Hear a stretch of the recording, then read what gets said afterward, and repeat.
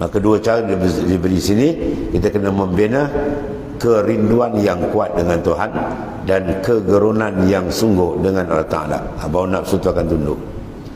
Dan bahawasanya syahwat yang tetap dalam hati itu tiada mengeluarkan dia, melainkan datang satu kuah, kekuatan yang mengerasi dia, ya, yang congkil dia keluarkan daripada kalbi kita, iaitu yang mengalahkan atasnya.